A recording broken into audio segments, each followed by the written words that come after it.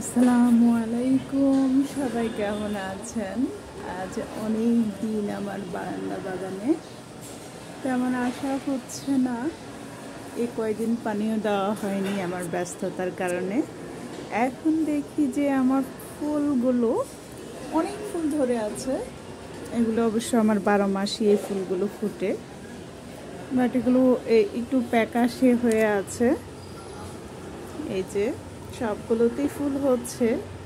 জানেন, এই গাছটা হচ্ছে, এই গাছের বয়স, এই যে এই গাছটার বয়স হচ্ছে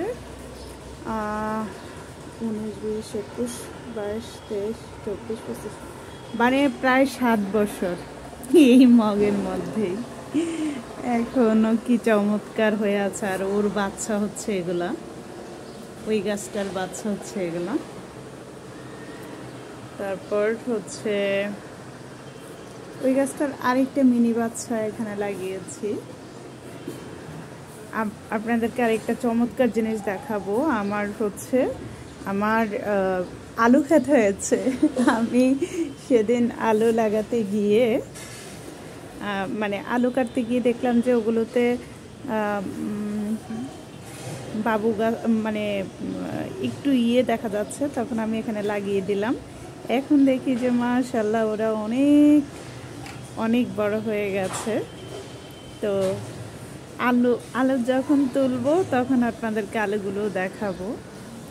আর আপনারা তো জানেন আমার ওই যে পেঁপে কর্না, ও তো মাশাআল্লাহ অনেক পেঁপে ধরতে ধরতে এখন হচ্ছে ও একবারে ঠেকে গেল হচ্ছে ওখানে গিয়ে।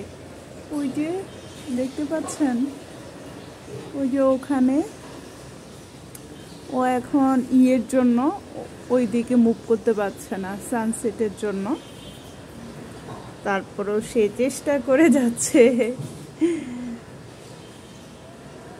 আমার এই ছোট্ট বারান্দা বাগান আপনাদের কাছে কেমন লাগলো? যদিও আজকে অনেক দিন গুছানো, বারান্দা বাগান আমি পরিষ্কার করব কালকে ফ্রাইডে, সুতরাং কালকে হচ্ছে পরিষ্কার করব। আর এবার হচ্ছে গ্রামে যাওয়ার সময় কিছু গাছ নিয়ে গিয়েছি। যেমন এখানে আমার দুটো কমলা গাছ, কমলার বিচি থেকে কমলা গাছ করেছিলাম। তারপর আমার একটা বড়ই গাছ হয়েছে বিচি থেকে, সেটাও এবার গ্রামে যাওয়ার সময় নিয়ে গিয়েছি।